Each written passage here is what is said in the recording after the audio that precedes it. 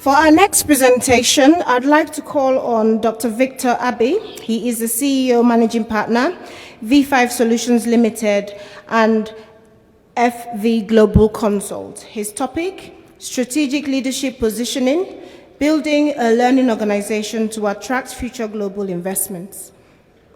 Dr. Victor.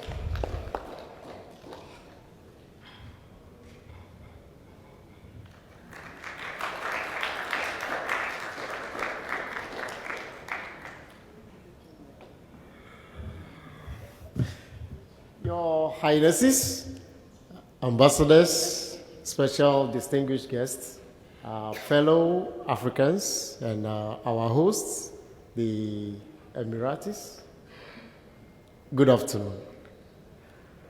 I am really excited and very honored to be here as one of the speakers. It's an opportunity. This is my first time of coming here, but I think ever since I arrived in Dubai, this is my second time of coming to Dubai anyway.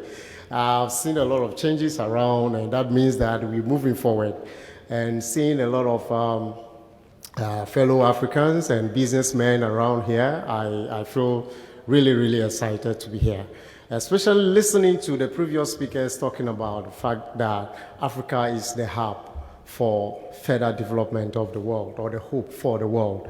It's one of the things that excites me about it. And that dovetails into what I'm going to talk about with regards to strategic leadership positioning for, attracting global investment. Because leadership is the center, the fulcrum around which everything revolves. It rises. All our activities that we carry out as businessmen rises and falls on leadership. So it's very important that in our drive to attract global investment, we, as much as possible, try to look within ourselves and see what we can do as leaders of businesses. How do we position ourselves to be able to thrive and attract global investment? So without much ado, I will first of all say that the theme for this year's summit fits in so well. The importance of it, or the relevance, cannot be overemphasized. So that makes me quite excited. I must indicate, I will say it over and over again, I'm quite excited about it. Now, talking about positioning leadership, what are some of the things that we need to be thinking of? We are business leaders. More often than not, we focus on financing. But as leaders, how do we position ourselves? In the current world where volatility, uncertainty, complexity, and ambiguity surround us, the velocity of change around us is so enormous that we cannot figure out a singular solution to a problem. How do we position ourselves strategically so that our businesses become a learning environment for progress? You cannot do the same thing over and over and expect a different result. Challenges that come our way should position us to learn or to pick up lessons so as to move forward. So in addressing the issue of strategic leadership position, I'm going to remind all of us, we know already, but it's just a reminder to all of us to tune our mind to certain things or to revisit certain issues that we face on a daily basis that will position us strategically moving forward. And the first one I want to talk about has to do with, in the world today, we are lucky to have close to about 4 to 5 different generations at the workplace.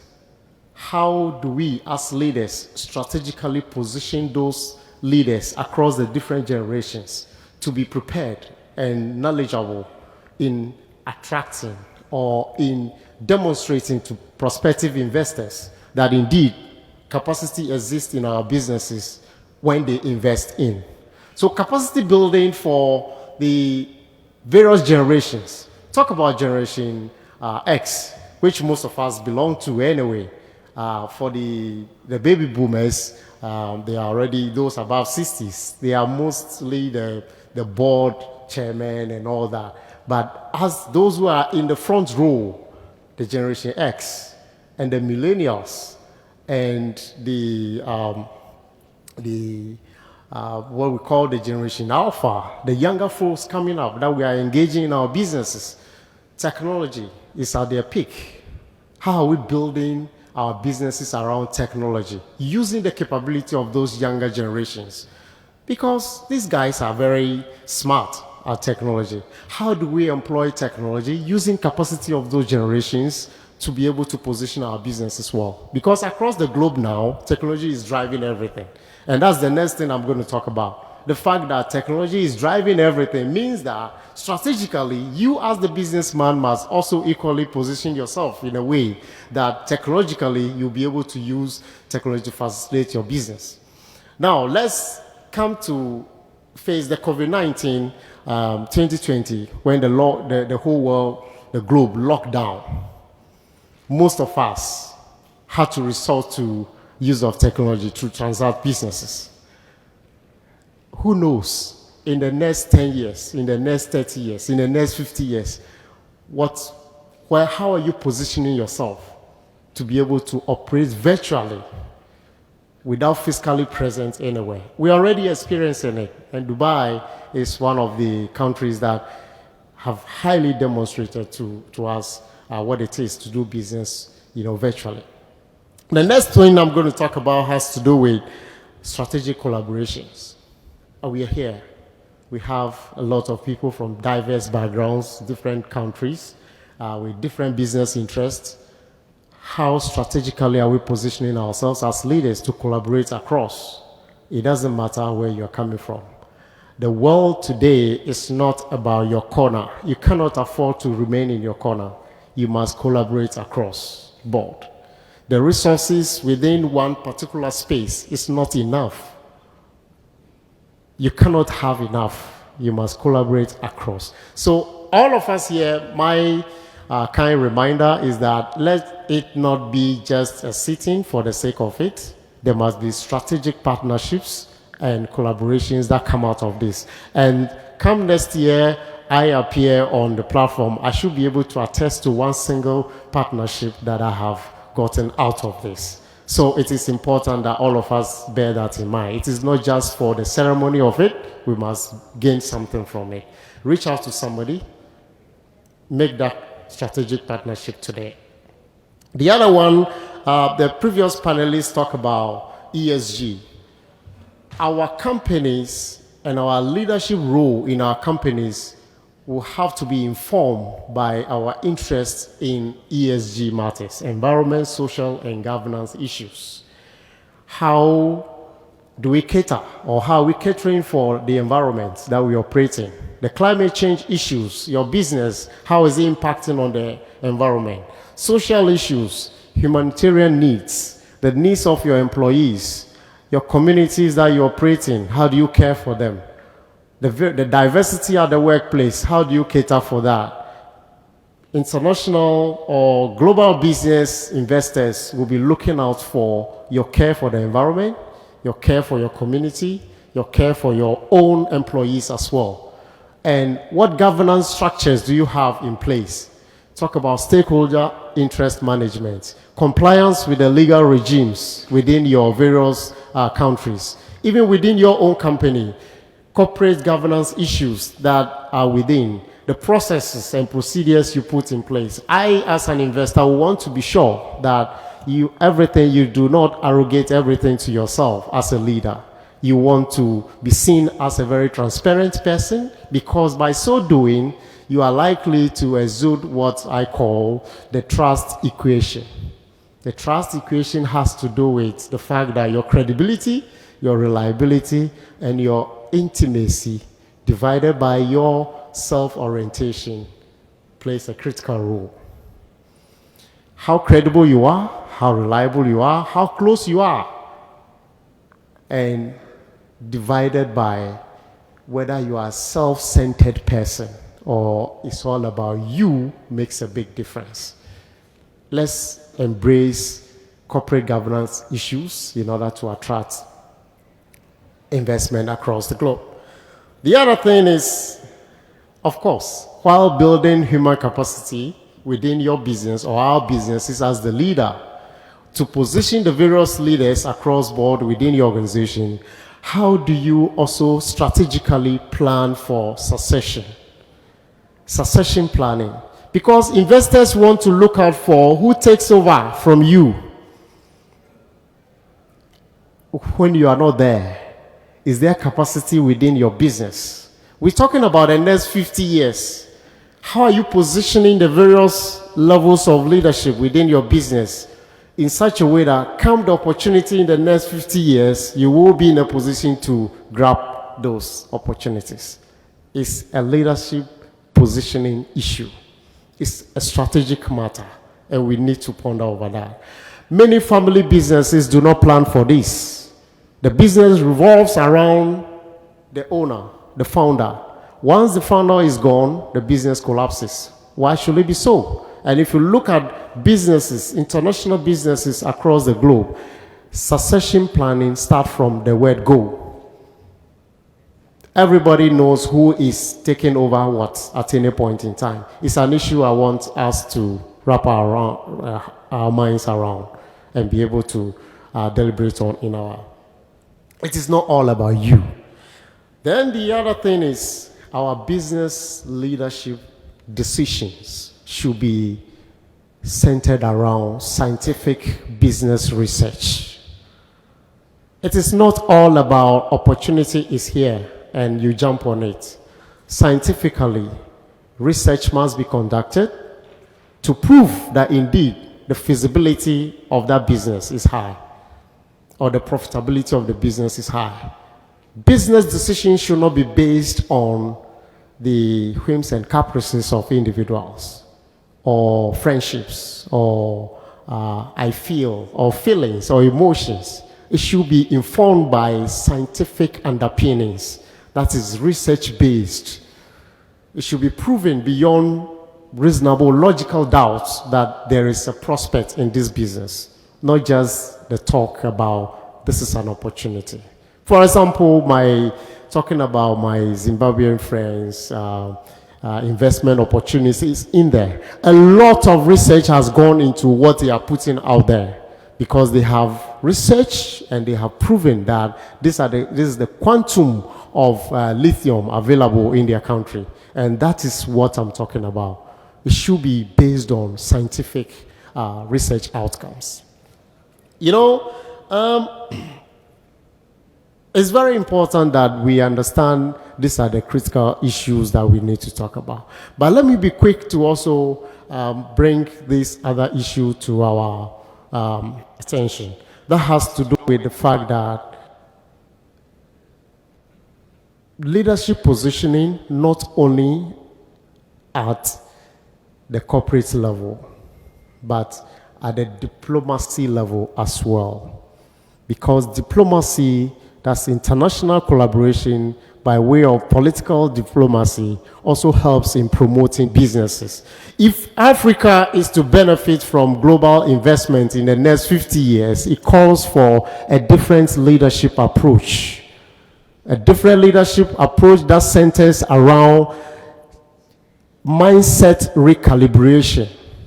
Mindset recalibration, where leaders must begin to look at their challenges as their challenges and looking within to find solutions to those problems without depending on others solely for solutions. And collaboration at the political level should be win-win situation, not win-lose situation. On this note, I would love to reiterate the point that I've made so far, that generational differences, harnessing the potential of those generations to position our businesses is a critical issue for our leadership drive. The issue of technology is another one. The issue of care for the environment, social and corporate governance issues are also critical to our very survival if we are to benefit from the investment opportunities in the next 50 years. And also succession planning. Your businesses should live way after you are gone. That is the legacy you will leave for humanity not for you, but for humanity. Because the number of people who depend on that business for survival is so critical to the survival of the society at large. So succession planning that will ensure that your business lasts and benefits from the investment is very important. On that note, shukran, thank you, shalom. Thank you.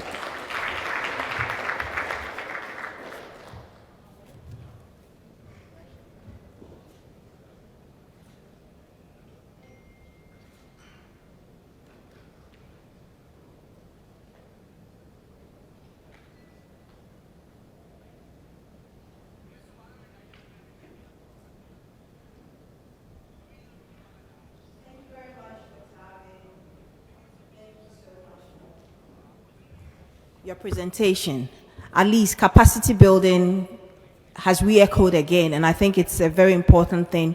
We all build capacity in our teams, prepare for succession planning, because businesses has to be sustained, and the only way we can sustain our businesses is to empower others to take the mantle when we are no more. Thank you very much. So we'll be moving on to the next panel discussion, and the topic for the panel discussion is funding for the future, analyzing inflation, economically advantageous policies, and volatile markets in an uncertain global economy. And I would like to invite the moderator. The moderator for this session is Simon J. Kunda. Simon is the International Trade and Investment Consultant Limited, Southern Africa. Simon, are you here, please? Thank you very much, Simon. So Simon, please come to the podium, and then you would introduce your panelists for today. Please come. Thank you.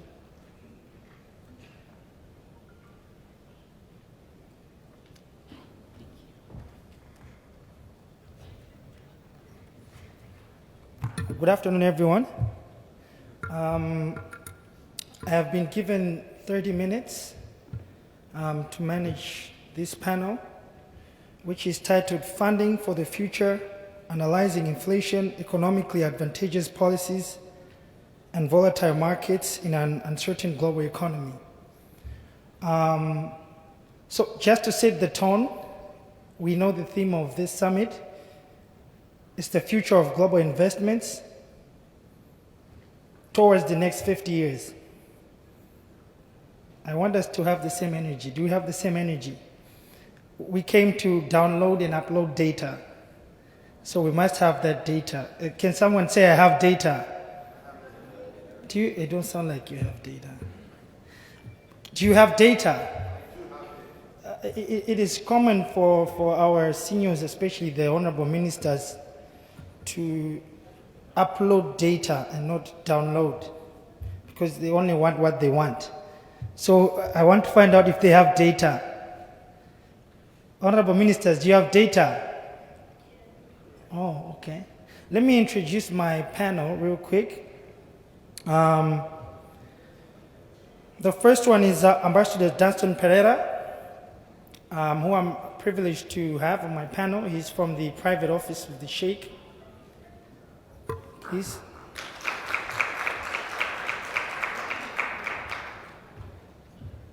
The second one is Dr. Victor Abbey, who just presented. Just to clarify, he's the CEO and managing partner of V.U.C.A Solutions Limited and FV Global Consults from the Republic of Ghana. So I have panelists from 4 countries. I'm the 5th one in the 5th country, so that's why we're here. Okay. The third one rather, is Honorable Samuel Masaki, my brother from the Republic of Kenya.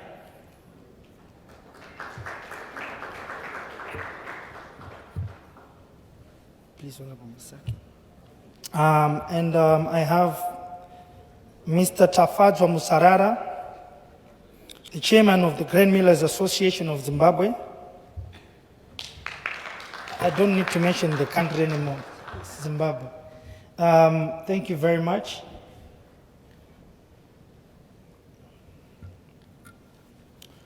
So as he walks up, the objective of this panel is to understand the role of leadership in the bid of economic recovery, where we're saying politics might dominate the headlines, but it's going to be policy that drives prosperity into the future. With the negative interest rates, we shouldn't say they are always negative, right? It depends on the transaction you're doing. So we hear from them. But with the negative interest rates and volatility top of the mind for many investors, there is still room and time for active leaders to adjust strategies to outperform their passive counterparts. This is the moment I wish my brother Dr. Hillary was here, because it's our food, you know, trade and investment. And looking at Africa beyond the next 50 years is why we're here. So allow me to have the discussion. I'm not going to bother you too much. We'll manage the time within 30 minutes or less, and we'll give you the questions to ask the dynamic people we have here. Thank you.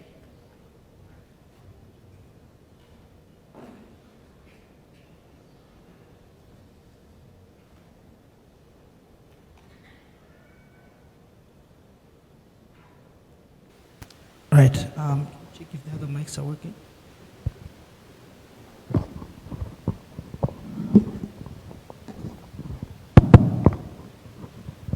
No, mine is working.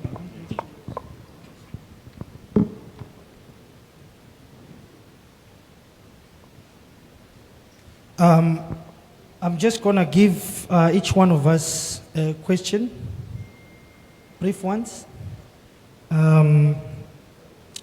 Starting with my ambassador, what should investors look out for in leadership when looking at investing, and what makes the investments viable? If you can give us, following your experience from the UAE, who is hosting us. Thank you. Yeah, good afternoon, everybody. See, anybody who looks for investment in any country, they first look at the leadership.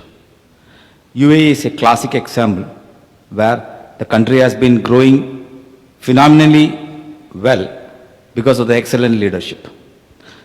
Now, when we talk about the leadership, the most important thing that any investor is looking at is stability.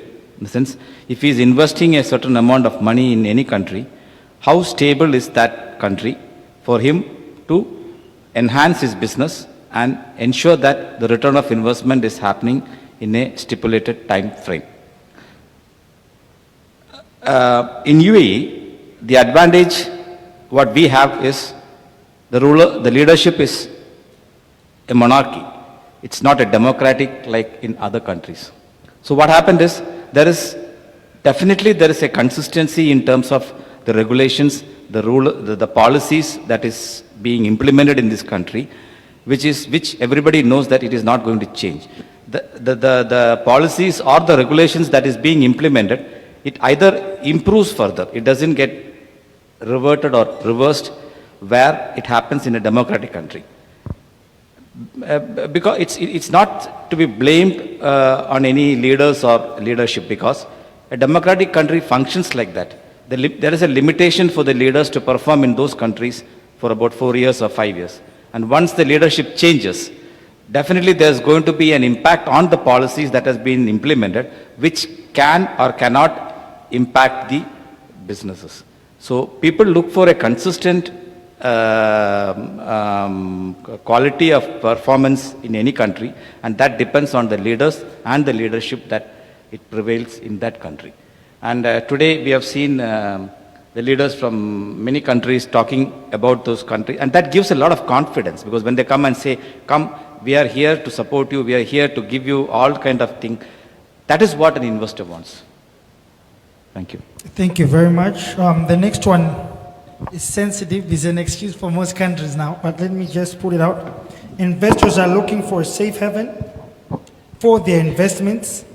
It is then safe to say that investments need stability. All right?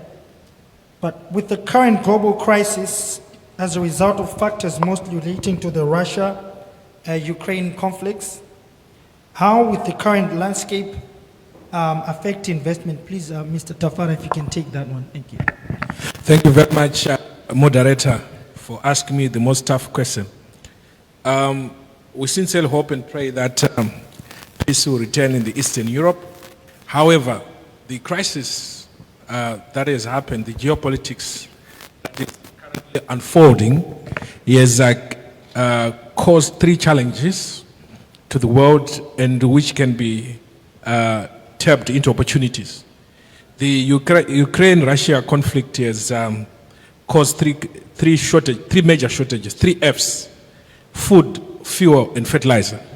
And on food, I think you have seen that there's been inflation in major economies throughout the world. Fuel has gone up by nearly 60% since the beginning of this year, and fertilizer has also gone up 150%.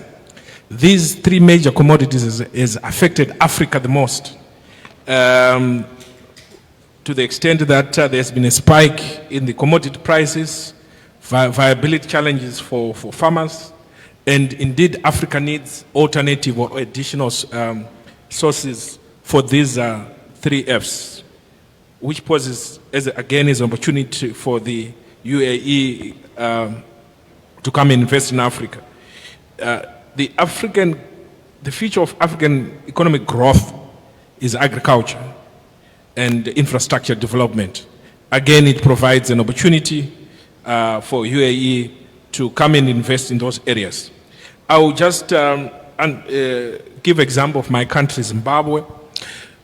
Having faced the challenges as a result of the Ukraine-Russia wheat, we had nearly 57% of our bread wheat coming from Russia and Ukraine.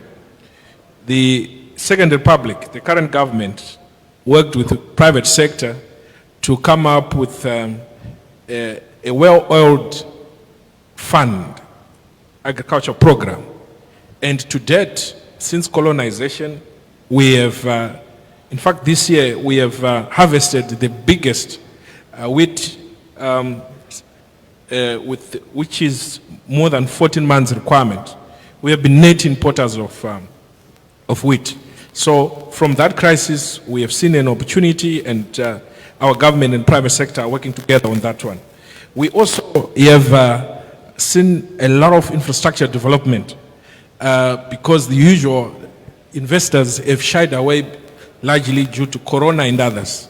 And that has been a result of an inward looking on what's supposed to happen.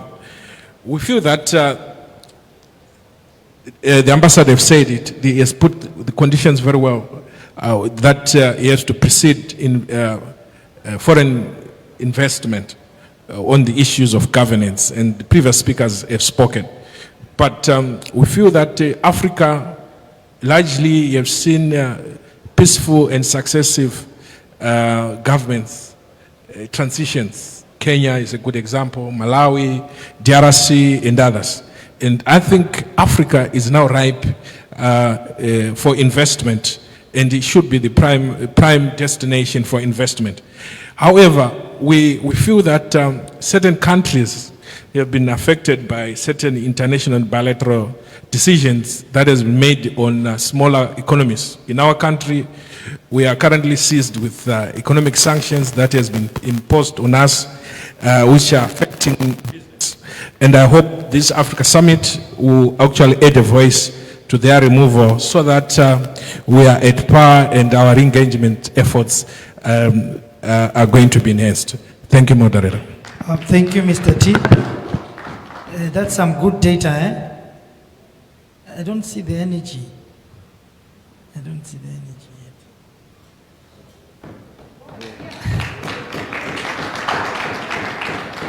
Thank you. Honorable Masaki, how can every economy leverage human capital as a tool to find their future? Give us an experience from Kenya and your vision for the global investment beyond the next 50 years. Thank you. Thank you so much, moderator. My name is Honorable Masaki Samuel. I represent I sit in the advisory of the Office of the President in the country of Kenya. From our experience, because we are a new government and we have just transitioned almost 3 months ago, we have been able to focus our agenda with the people at the bottom of the pyramid. In terms of empowerment, we have come up with an economic model called bottom-up economic model.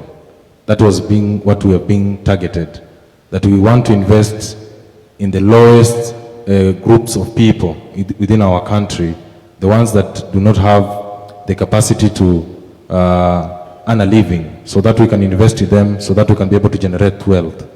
And I think this is in tandem to also what we're discussing here, that if the majority of the people, especially in the African countries, they live below the poverty line.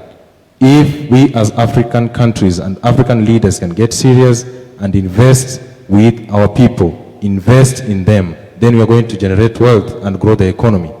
But if we only wait to go to international forums and seek support, but we do not put this support to the needful use, then we are not going to grow our economy. We are not going to move above the poverty line. So I think it is one thing that I want majority of us, the investors who are here, to come to our country and invest in our country, because we have the opportunity, we have a government that supports the people, and we are looking forward to work with everyone, both in the diaspora and also in the African countries. And also something else that I want to just put forward is in terms of the growth of African countries. I think for the longest time we have had issues with the leadership and the transition. If we work together as African leaders, even the people in the diaspora and the Europe, they can be able to come to our African countries and invest, because they have seen that we are working together and we are supporting one another. Those are some of the things that we can be able to move forward as African countries and develop and grow our economies. Thank you so much. Thank you, Honorable Masaki. I think now we have an understanding of what we should look for as investors in leadership. From the ambassador. We have also established that investors are looking for a safe haven. And we now know how some of the countries like Zimbabwe are tackling the Russia-Ukraine crisis. All right. Now, I think from our expert presenter, Dr. Abbey, you want to tell us about financing. Financing is important, but adaptability is more crucial. What do you see as the role of financing in high-performing and adaptable teams in a complex environment? 5 minutes, please. Thank you. All right, thank you, Mr. Kayunda. I think before I come to the question, let me just add a little bit to what the ambassador and other panelists have said. With regards to expectations, I think in my presentation I spoke briefly about what investors expect in leaders. I just want to add that once again, let's all be reminded that integrity plays a critical role in what investors consider in investing in your business. So leaders must be conscious of their integrity at all times. You say what you believe in, you do what you say you will do, and especially you behave the same way if nobody is even watching you. So it's very critical, because investors across the globe, international investors, look out for your behavior on and off the pitch. So you have to be on point at all times as leaders. Then the other, of course, politically, stability and all those things play a role. Then we talk about the issue of inflation and the Russian war. Obviously, it is across the globe. High inflation rate is across the globe, but how you play your game well at home also is critical to investors' decision in coming into your business or your country as well. Then, to my point, financing in high-performing teams vis-a-vis adaptability. Of course, we are in a very volatile space now across the globe. Like I said, velocity of change around us is very enormous. It's just tap of a finger and things are changing. And so business decisions obviously must be backed by financing. But the financing must be pushed into good use while having in mind adaptability issue. How quick are you able to adapt to changes around you? So your preparedness to adapt to changes means that the financial resources available to you for use must be tailored towards the right things at all times. It is not just about having the finance available and you are using it anyhow. It must be tailored in a way that they provide answers to changing needs of your business. So by so doing, the high-performing teams are going to be encouraged more to do more. And so productivity will always be on the high side because anytime there's a need to change or adapt to or respond to the changes around the business or the world, your team knows very well that there are finances available and they will quickly think outside the box, especially if you have a learning organizational environment where people are innovative and creative. They are able to respond quickly, provided you are able to assess and make available the right finances. So financing is key in continuous performance of teams within businesses. Likewise, the political space as well, because whatever innovation we are thinking of, building capacity of the young people, driving investment across board and all that, managing that finance within the ever-changing or rapid-changing environment we find ourselves in plays a critical role in the continuous performance and productivity of teams at the workplace. Thank you. Thank you, Dr. Abbey. I'm sure the clap of hands signifies the Africa we want. This is the Africa we want. I'm now going to give an opportunity for questions and answers from our diverse team of experts we have here. One of the ladies I was next to, she told me diversity is what makes good leaders. I agreed with it. Unfortunately, we were supposed to have a lady on our panel. She missed it. I think she didn't make it from Kenya. So, Honorable Masaki is fitting in two shoes. The diversity here is fitting not only gender issues, but also age issues, all right? We want more youths to be in the leadership positions. We want our older generation to be able to download what the younger generation wants for their future, so that we're able to manage our future. So with that said, I'll give 10 minutes to anyone who wants to ask the team here questions, including myself. Actually, my name is Simon Kaunda Jr. I'm an international trade and investment consultant, and I'm focusing more on Southern Africa. So you can also ask me questions, and I'll respond after moderation. Thank you very much. Anyone?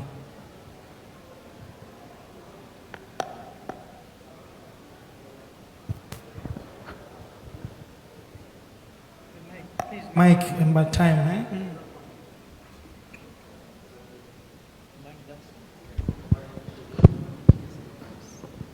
You can take my mic.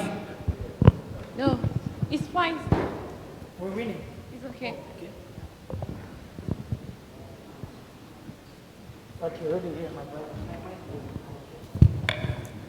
All right, thank you so much, panelists.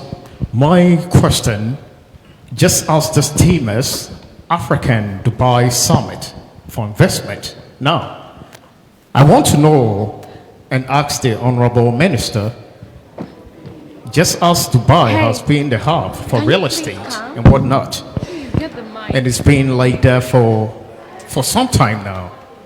I'm looking as an investor to invest here in Dubai. What would you say for the next 5 to 10 years is the key thing or the big major thing here in Dubai to invest in? Ambassador. Thank you.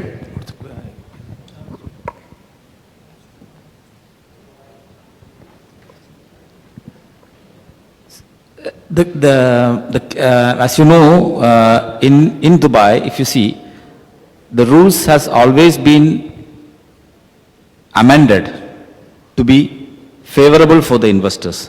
If you see, about 5 years back, for any investor to come and invest in this country, there has to be a joint venture company to be formed with a local sponsor. And the condition was that the local sponsor should hold 51% of the shares, and the investor who is coming on board will hold 49% of the shares. But today, as of now, the rule has changed, and today the investor can have 100% of the shares, which means he is the sole owner of the investment or the business that he is going to start here, and there is no involvement of any local sponsor or any local person in that. Second, if you see, there has been many rules that has been very conducive to the people. Like today, if you see, anybody who is investing 2 million and above in real estate or in any other businesses gets a golden visa, which enables him to stay in this country, become a resident for 10 years, which is renewable every 10 years. Whereas a normal person who is investing can get only for a period of about 3 years maximum. So, if you take like this, if you list down, the advantages are far, far more than the disadvantages. And that is all basically because of the consistent in the leadership is what I can vouch for. All right, so besides real estate, what is the next big wave that Dubai is seeking investors in? Second, see, Dubai, as you know, the key sectors that today we are looking at is, one is real estate, second is health sector, because after the pandemic, health sector has become very, very predominant. Sports is one thing which we are now focusing on. We are coming out with a lot of sports academies. In Ras Al Khaimah, we are coming out with one of the world-class sports academy to promote sports. And of course, as you know, tourism is something which is which has been the bread and butter for Dubai, with people coming in. And today there is a huge shortage of hotels in Dubai. Though we have almost about 1.5 lakhs keys hotels, there's still a shortage. Still people are not getting rooms, or because of the shortage of rooms, the existing rooms are going on a very high price. So that is one area where we are now looking at expanding in terms of increasing the number of hotels available, because this is the hub today. Well, thank you. Thank you very much. I've actually learned something I didn't know. I've downloaded some data. Do we have any other questions? Anyone? The mic is available, right?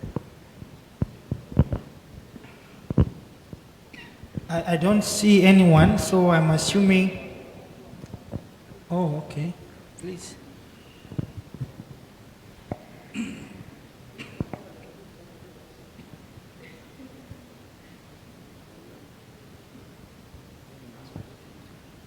Okay, so after my lady from, I think she's from the Republic of Zambia, South Yes, I Africa, am. and the United States. No, I'm from the Republic of Zambia. Okay, pick one, but I'll pick Zambia for now.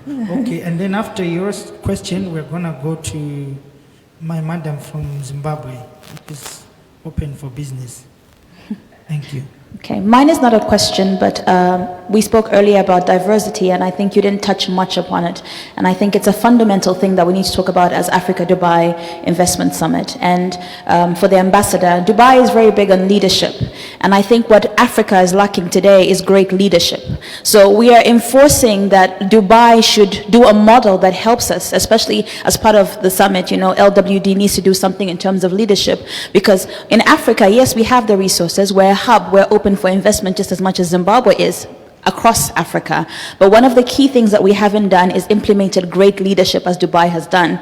And Dubai has a track record of having exemplary leaders. Not only are you inclusive in how you do business and how you bring investors to the table, but it's a model that needs for us to go further. How do you think as Africans we can implement those models and get to a place not only where we're corruption free, but where we can see great leaders emerging from the youth? When I talk about diversity, I'm not talking about women empowerment only. I'm talking about an Africa that is inclusive, thinking about generational wealth building, bringing up women, boys, and girls, and teaching them the fundamentals of being great leaders. So as an Africa, can we wake up today and become great leaders and examples to the children that are coming? Because 50 years is legacy. 50 years is generational wealth. If Africa has to become Africa, it takes you and I implementing those roles, holding integrity and sustainability, and taking it back where we are coming from. Thank you. The question has been directed to you, and then I'll give room for afterthoughts. I don't think it was a question, but yeah, I think the world is watching UAE. The world is watching UAE, how we are implementing things in this country. And I think there is a lot of lesson that can be learned and picked up from that. Like, for example, corruption. See, UAE, if you see, we are moving ahead with a paperless office or a 100% online mechanism where anybody can come in and get things done on an online platform where the manual intervention is much lesser. And we embrace, or we take technology as an advantage and use their help in terms of implementing many of the policies that are happening in this country. And that eliminates manual intervention, and automatically the corruption goes down. So I think most of the countries should look into that kind of aspect, so that it not only simplifies the procedure but also reduces the manpower intervention. Only decision making kind of thing can happen on an online platform. Thank you so much. Thank you. Any afterthoughts from the... All right. Thank you. If I may add my voice a bit. Yes, it is true that leadership on the continent of Africa has some issues that need to be addressed. But like I said earlier, I think that it boils down to not only about the leadership at the political level, but individual leadership as well. Because I believe that the leaders are as good as the followers. And the followers' behavior as well holds the leader accountable. In as much as the leader leads the way or shows the way, his decisions are basically informed by the attitude and the mindset of the followers. So what I call the mindset change has to do with not only what we have in Africa as schooling. It's schooling, literacy education, learning to read and write, acquire technical knowledge, and that is it. But we are not embracing education. Education is ability to apply that knowledge to practice. And that's what is education. Use your brains to innovate and to create things or to make things better. That, for me, if we are able to change the educational system that focuses currently on learning literacy or acquiring technical knowledge without allowing people to be educated, where they apply reasoning to everything they do, the generations after us will continue the same way. So we need to tackle the leadership challenges from the bottom, where we need to recalibrate the mindset of the people. The political leadership cannot do it all by themselves. The religious people, the traditional rulers, the professionals, everybody must come to the table to have a change mindset. You see, we talk about Dubai, the ambassador said it from his speech, leadership. Leadership is what drives it. But then, the citizens of Dubai has a certain posturing informed by the vision of the leader. So everybody knows where we're going. Everybody contributes to the table. It is not about just the leader, but we have been made to believe to a very large extent that the political leaders can change a lot of things. we, the individuals, also have to contribute. I made a statement elsewhere that you as an individual in your corner, how are you contributing to the betterment of the continent? That's a critical question we should ask ourselves at all times. Thank you very So much. that's critical. Thank you. Thank you. You had a question. Don't grill us too much, please. Thank you very much. Mine will probably be a comment. I would like to thank the panelists for the presentations and to say that as Africans, the vision of our continent, Agenda 2063, places a lot of emphasis on the role of private citizens in the development of the continent in as far as how they complement their government. So I would like to say to us, I'm a big proponent of people-to-people diplomacy, which simply speaks to the fact that every citizen of their country must see themselves as an ambassador of that country. So I want to urge us to stop the blame game. If we're in a situation, let's see how we can get advantages and opportunities out of that, as we have done with the geopolitical problems in Eastern Europe.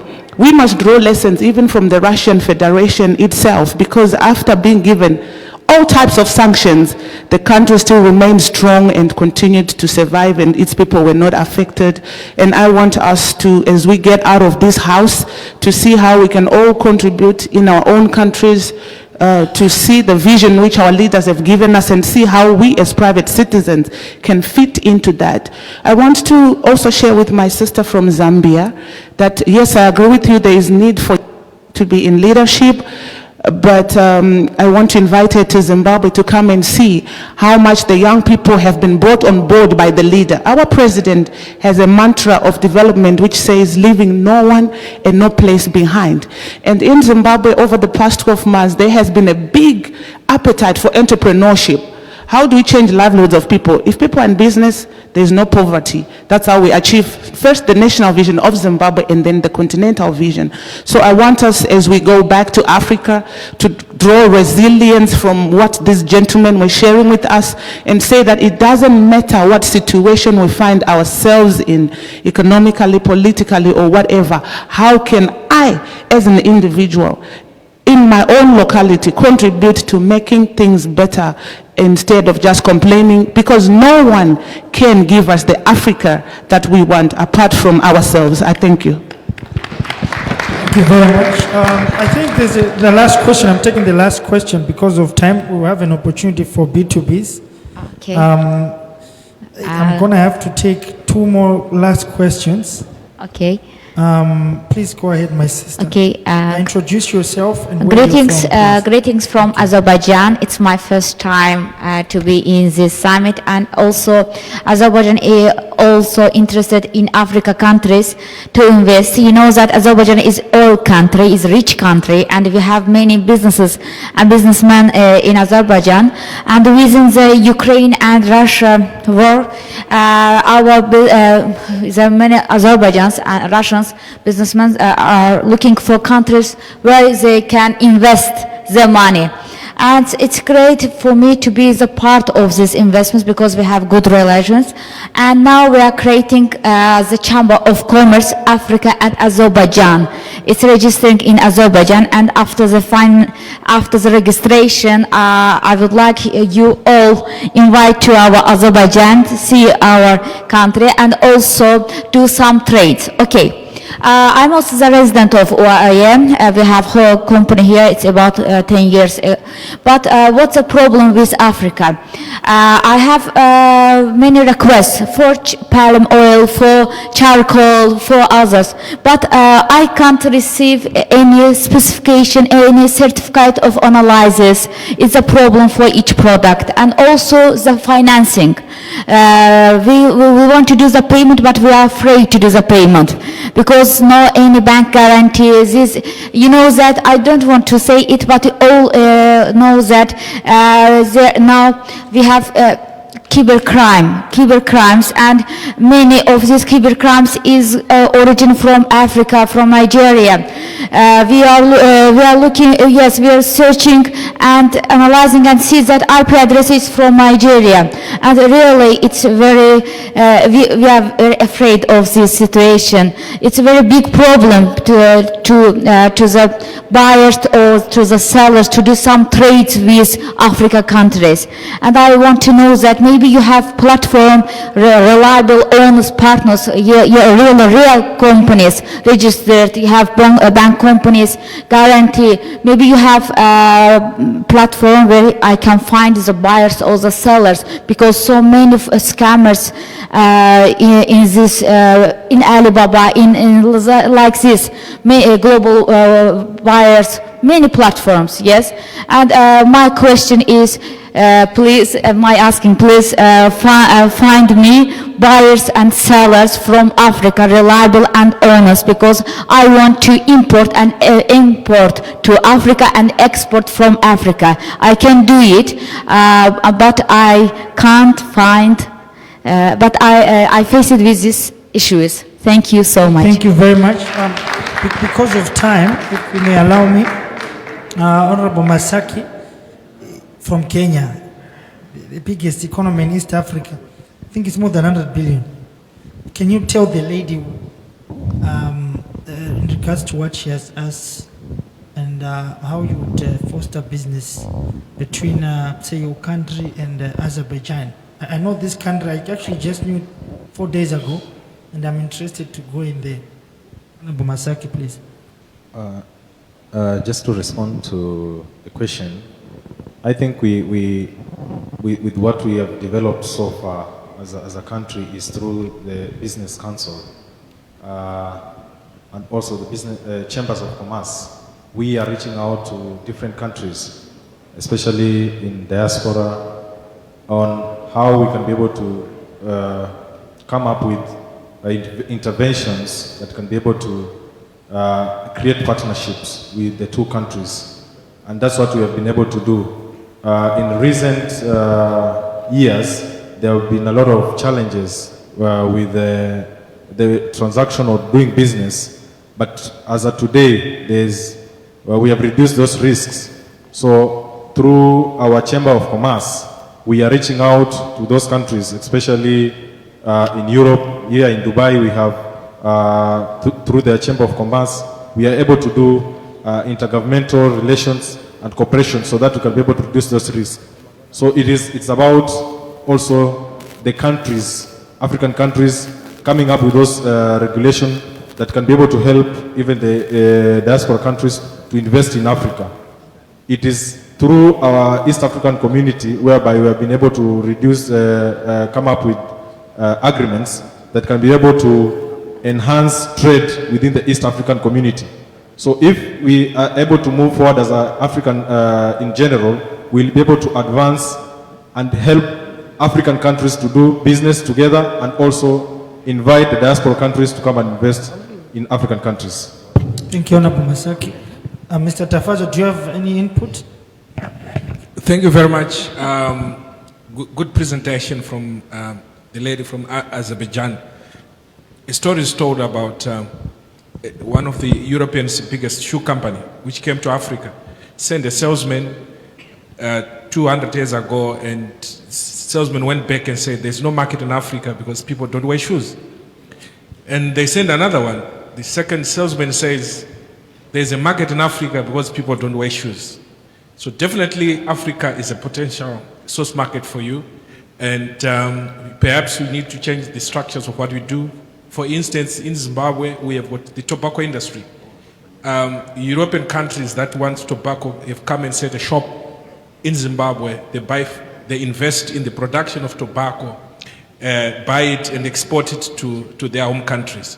So in your area of interest, which is the palm oil and others, perhaps you might want to look at companies from your country coming to fund the production of the same crops and export to your country to arrest the risk that you said you are currently facing. Thank you. Thank you very much. Because of time, I'll just give an afterthought, and we have a lot of time for networking. A quick comment from Dr. Abbey. All right, thank you, Kayunda. Mrs. Azerbaijan, I'll call you that. I just want to add my voice to all to say that you are at the right place. I think the men and women of integrity from Africa are here to do business. So one assurance you should get from all of us is that once you pass through the right channels and you are able to strike very strategic collaborations from here, you should be able to import and export to and from Africa. That is what I want to say. The men and women here, I can assure you, are men and women of integrity.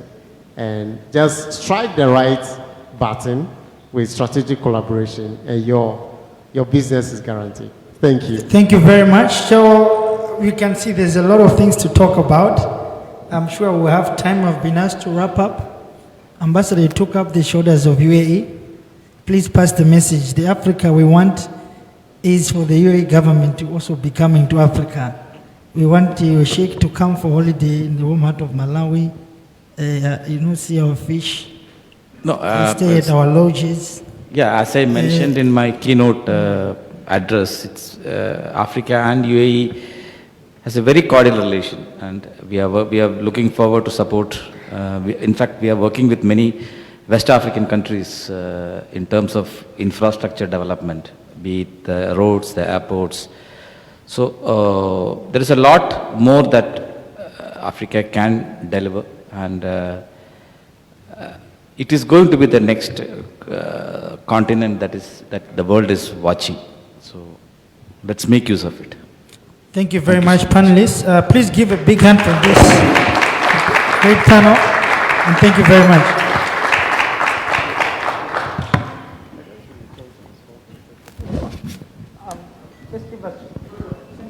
Please take, a photograph and then.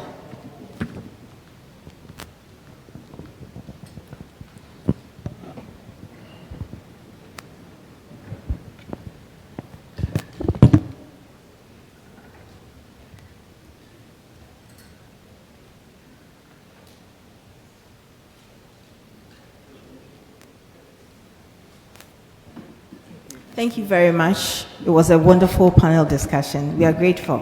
Thank you. It was all gentlemen. Wow. Thank you.